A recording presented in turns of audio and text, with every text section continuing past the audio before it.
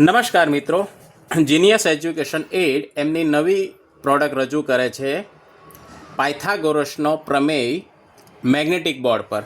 તમે જોઈ શકો છો તો આ એક મેગ્નેટિક બોર્ડ છે જેની ઉપર આપણે આ એક પ્લાસ્ટિકની સીટ મૂકી છે અને આ મેગ્નેટના ટુકડા છે. તો અહીં તમે જોઈ શકો છો તો આપણે ઉદાહરણ તરીકે આપણે અહીંયા લઈશું 3, 4 અને 5 આ બાજુઓનો આ બાજુ 3 લઈશું આ ત્રિકોણમાં, આ બાજુ 4 લઈશું અને આ બાજુ 5 લઈશું. હવે આપણે જાણીએ છીએ કે પાયથાગોરસના પ્રમેય પ્રમાણે a² + b² = c² થાય છે.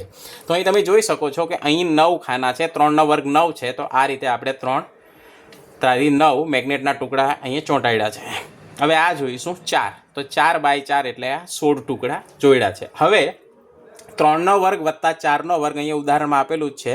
3² એટલે 9, 4² એટલે 16 અને 9 + 16 = 25 થાય છે. તો અહીં આ જે છે એ 5×5² છે એટલે કે 25 અહીં ખાના છે. તો આ બંનેનો સરવાળો બરાબર આ થાય છે, મતલબ આ બધા ટુકડા અહીંયા આવી જવા જોઈએ. તો આપણે હવે જોઈએ પ્રેક્ટિકલી. તો અહીંયા આપણે શરૂ કરીએ છીએ, અહીંથી એક એક લઈને અહીંયા મૂકી દઈશું આપણે.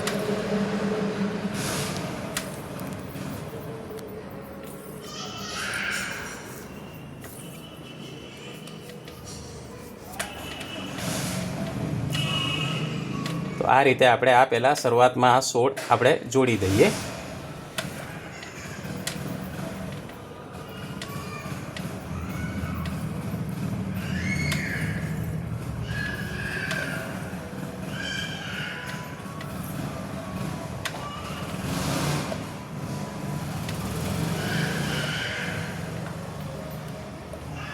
હવે આ 16 ટુકડા આપણે આ 16 ખાનામાં જોડી દીધા છે.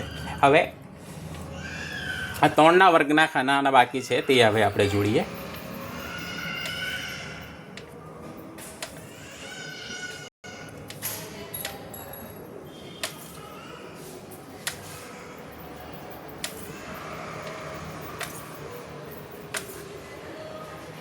તો આપણે અહીંયા જો સીધા 25 ખાનાની અંદર આના 9 ટુકડા અને આના 16 ટુકડા અહીંયા આપણે જોડીને 25 ટુકડા બનાવી દીધા છે. તો આપણે વિદ્યાર્થીઓને આ રીતે પાયથાગોરસનો જે પ્રમેય છે એને આપણે પ્રેક્ટિકલી વિદ્યાર્થીઓને સમજાવી શકીએ છીએ. અહીં તમે બીજા પણ લિસ્ટ જોઈ શકો છો કે 5, 12 અને 13ની એક પેર હોય છે, 6, 8 અને 10ની એક પેર હોય છે, 9, 12 અને 15ની પેર હોય છે. તે જ રીતે 15, 20 અને 25ની પણ એક પેર હોય છે. અહીંયા એનું ઉદાહરણ પણ આપીને સમજાવ્યું છે. તો આપણે આ રીતે વિદ્યાર્થીઓને પાયથાગોરસનો પ્રમેય એકદમ સરળતાથી પ્રેક્ટિકલી વિદ્યાર્થીઓને સમજાવી શકીએ છીએ. Thank you.